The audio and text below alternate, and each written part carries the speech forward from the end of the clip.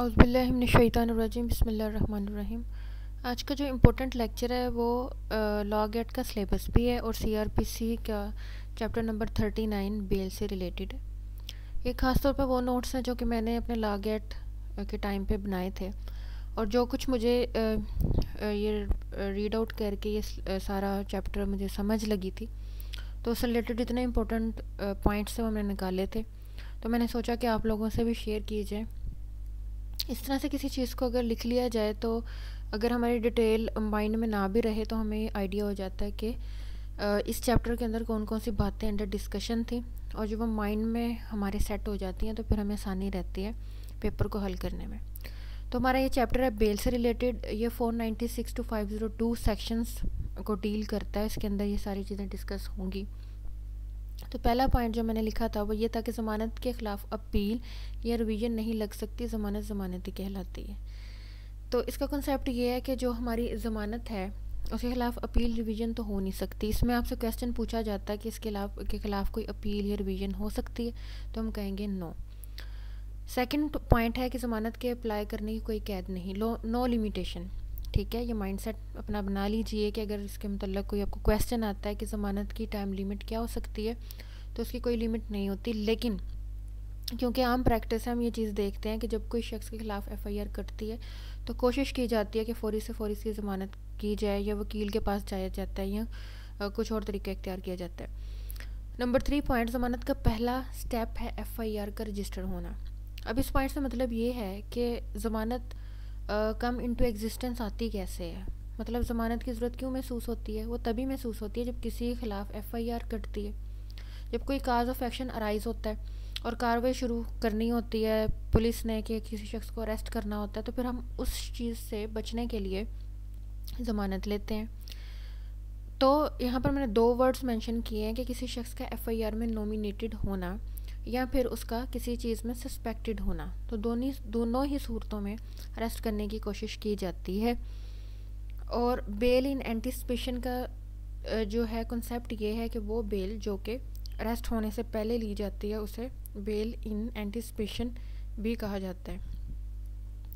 अब पॉइंट 4 ये डील करता है कि एफआईआर क्यों कटती है। एफआईआर कोग्निजेबल ऑफेंस में कटती है और इसी के साथ पुलिस के पास ये इख्तियार भी आ जाता है कि वो आपको सेक्शन 54 के तहत, जो कि सीआरपीसी का ही है, उसके तहत आपको अरेस्ट करने के लिए तैयार हो जाती है।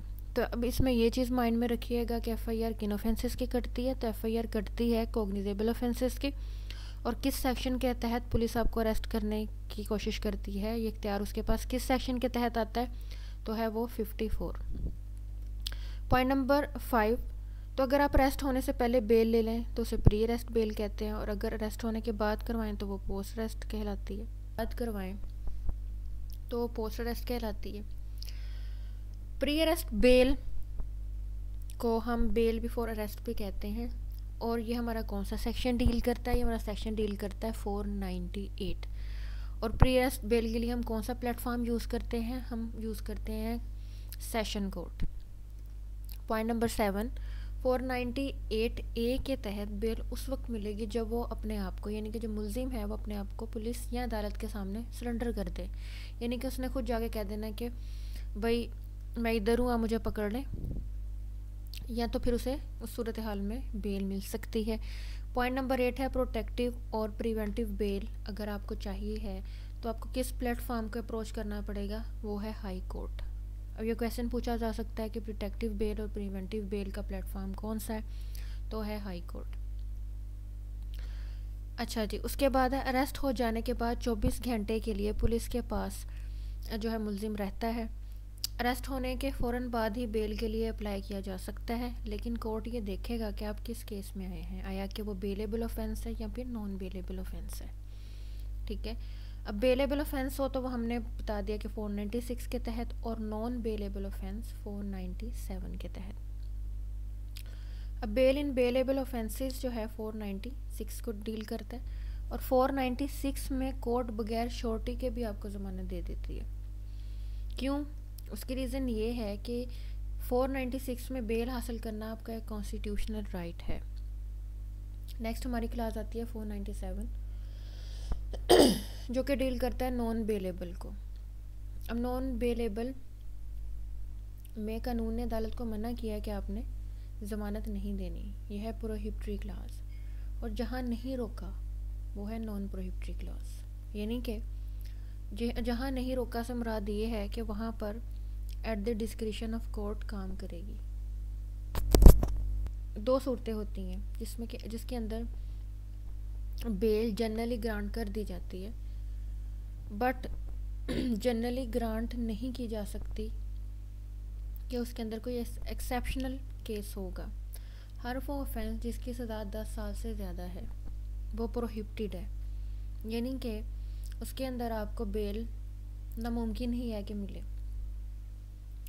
और ऐसी ऑफेंस जिसकी सज़ा 10 साल से कम है तो इसके अंदर चांसेस हैं कि आपको बेल मिल सके। 496 shall be released on bail, क्योंकि हमारा मैटर ऑफ राइट है। 496 जैसे कि ऊपर बताया जा चुका है बेलेबल ऑफेंसेस से डील करता है। 497 में रिलीज्ड, यानी कि अगर अदालत चाहे तो कर दे, अदरवाइज़ हमारा हक नहीं बनता बेल लेने का, लेकिन ये डिस्क्रिशन ऑफ कोर्ट पे है। अब जहाँ सज़ाए मौत, उम्र कैद और 10 साल से ऊपर ज़मानत नहीं दी जा सकती। अब ये तमाम केसेस इस तरह के हैं कि जिसके अंदर ज़मानत नहीं देनी, मगर इसमें कुछ एक्सेप्शनल चीज़ें हैं। जैसे जुवेनाइल के क्राइम संगीन था लेकिन करने वाला एक माइनर था, वो जुवेनाइल था। वो एक वुमेन थी, वो एक प्रेग्नेंट वुमेन थी, वो कोई सिक पर्सन था, वो इन्फर्मिटी में मुब्तला था। तो ऐसे चीज़ों में आपको प्रोहिबिटरी क्लास में भी बेल देना पड़ जाती है।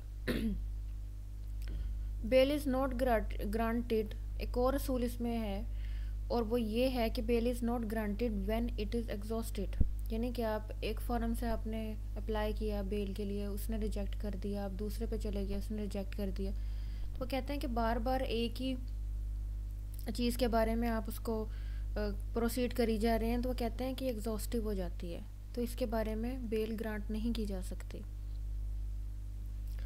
अब नेक्स्ट पॉइंट है, ये पूछा जा सकता है कि प्री अरेस्ट बेल का प्लेटफॉर्म कौन सा है। तो प्री अरेस्ट बेल का प्लेटफॉर्म है कोर्ट ऑफ सेशन, और पोस्ट अरेस्ट का है ट्रायल कोर्ट। ज़मानत हमेशा जब भी किसी नई वजह से शुरू होगी तो ट्रायल कोर्ट से ही शुरू होगी, यानी कि अगर आपने एप्लीकेशन दायर करनी है ज़मानत के मामला में तो आपका फर्स्ट प्लेटफॉर्म ट्रायल कोर्ट होगा। इसके बारे में भी क्वेश्चन पूछा जा सकता है। अब कुछ चीज़ें ऐसी हैं कि जिसके अंदर बेल तो नहीं है, मतलब मैटर ऑफ राइट नहीं है, बट वो बन जाती है फिर भी कि हमें वहाँ पर बेल देनी पड़ जाती है, क्योंकि उसके अंदर कुछ ऐसे ग्राउंड्स आ जाते हैं जिसके बारे में हमारा जो राइट है वो क्रिएट हो जाता है। अब कौन से दो सूरतों में आ जाती है, जैसे एक ये सूरत हाल होगी कि डेथ का केस था और ट्रायल जो है वो प्रोलॉन्ग्ड हो गया और वो कोई 2 साल से भी ऊपर का अरसा हो जाता है। अभी तो ये चीज़ सामने आएगी ना कि वो शख्स मुजरिम था नहीं था, तो ट्रायल ही इतना प्रोसीड हो जाए और पता नहीं अब नेक्स्ट कितने देर तक वो ट्रायल चलता है, तो उतनी सूरत में उतने मामले में एक शख्स का जो है वो कैद रहना, तो ये तो बड़ा संगीन मामला हो गया। इस सूरत हाल में कि जबकि औरत के मामले में 1 साल से ज़्यादा का अरसा हो गया डेथ वाले मामलात में, अदर देन डेथ के मामला में, और 2 साल का अरसा मर्द के ट्रायल को हो गया और वो दोनों जो हैं उनको कैद किया जाएगा। तो इस सूरत हाल में उनको ज़मानत दे दी जाएगी, क्योंकि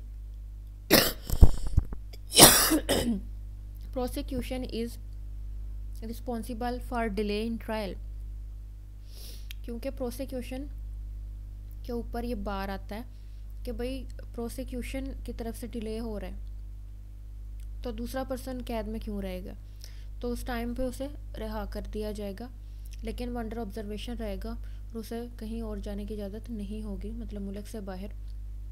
कोर्ट स्पेसिफाई कर देगी कि उससे कभी भी उसकी ज़रूरत पड़ सकती है और वो अदालत में पेश होगा जब उसको बुलाया जाएगा।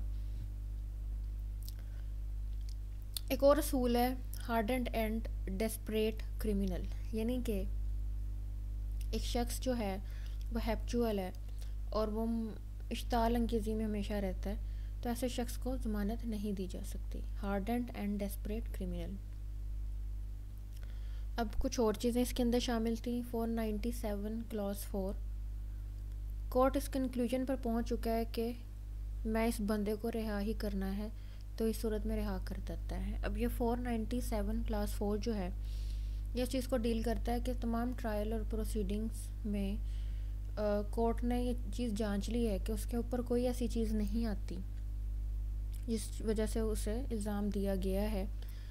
तो 100% अदालत श्योर है कि ये पर्सन पे चार्ज क्रिएट नहीं होता, ये मुजरिम नहीं है, तो अदालत जो है वो उसे रिहा कर देती है। 497 2 क्लॉज है, bail in non bailable offences से डील करता है। 497 2 क्लॉज में ही है कि fit case for further inquiry, यानी कि अदालत इस चीज़ को ऑब्ज़र्व कर लेती है 497 2 में कि जो केस है ये फ़िट है और इसको फर्दर इंक्वायरी के लिए लेकर जाना चाहिए। 497 5, अगर कोई शख्स बेलेबल बॉन्ड्स की खिलाफवर्जी करता है तो उसकी बेल खारिज कर दी जाती है, यानी कि मैं चल के जमा नहीं करवाता।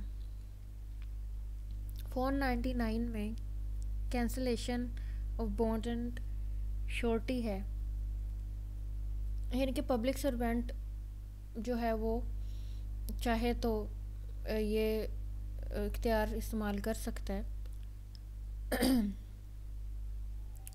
उसके बाद हमारा आता है सेक्शन 500, डिस्चार्ज फ्रॉम कस्टडी। अब जब बॉन्ड्स जमा करवा दिए, मैं चल के जमा करवाने का मकसद ही यही है कि वो रिलीज़ कर दिया जाए उतनी मुद्दत के लिए, उसे ना कैद किया जाए, कस्टडी में ना रखा जाए। तो ये हमारा सेक्शन 500 है, वो डील ये करता है कि जब आप में चल के जमा करवा देते हैं तो आपको रिलीज़ कर दिया जाएगा। 501 में श्योरिटी बढ़ाने के बारे में बात की जाती है, यानी कि जो हमारी अपोजिट पार्टी है वो एग्री नहीं करती कि भाई इतनी श्योरिटी नहीं बनती, कम डाली गई है, ज़्यादा की जाए, तो फिर बढ़ा दी जाती है। डिस्चार्ज ऑफ श्योरिटी, जब कोई ज़ामिन जाकर कह दे कि मैं अपनी ज़मानत से विड्रॉ करता हूँ, ज़मानत खारिज कर दी जाए, वो अदालत में जाके कह देता है कि भाई श्योरिटी जो है जो मैंने दी थी मैं उससे विड्रॉ कर रहा हूँ, आप इस चीज़ को हटा दें, तो अदालत जो है उसकी ईमा पर उसे हटा देती है। तो ये 502 इस सेक्शन के मतलब ये सेक्शन है जो कि इस बारे में डील करता है। तो ये तमाम सूरत हाल थी जो कि बेल से रिलेटेड चैप्टर की थी। इसके अंदर जितने भी इम्पोर्टेंट क्वेश्चन थे या जो कंसिडरेबल क्वेश्चन थे वो मैंने डिस्कस किए। नई वीडियो में इंशाअल्लाह अज़ीज़ नए टॉपिक से के बारे में बताया जाएगा। अस्सलाम वालेकुम रहमतुल्लाहि व बरकातहू।